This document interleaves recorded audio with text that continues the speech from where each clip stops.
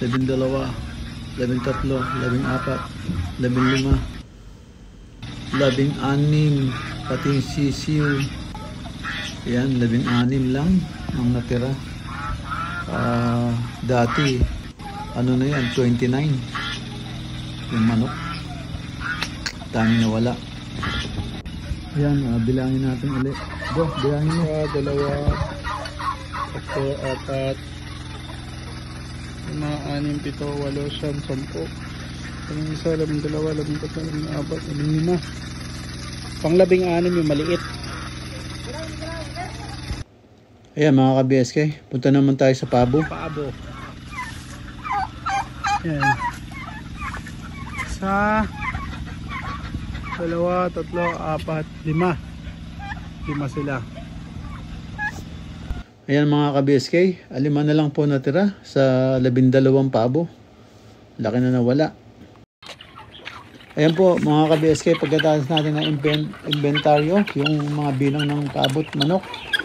Ayan, andyan na po yung bagong aming caretaker po, yung kinuha po ni Jerel na kamag-anak ng asawa niya. Ayan, mukhang desidido naman po magtrabaho.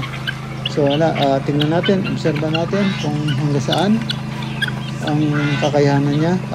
Ayan po, nakapagpa-iklog na po siya ng mga manok, no? Sa kabibi.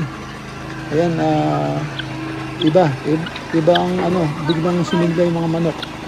So kaya po yan, mga ka-BSK, yan po ang nangyari na nakapanlumo sa aking pang marami pong nawala ng mga hayop.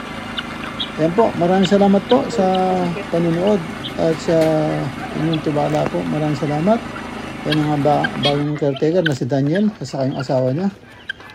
Ayan, maraming salamat po sa lahat. At dito na po muna. At abangan natin uli ang anong mangyayari sa farm. Ayan po, ang daming nasayang.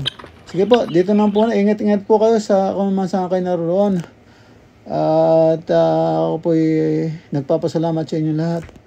Sige po, dito na po muna. Ingat po and God bless. Bye-bye po. Bye-bye.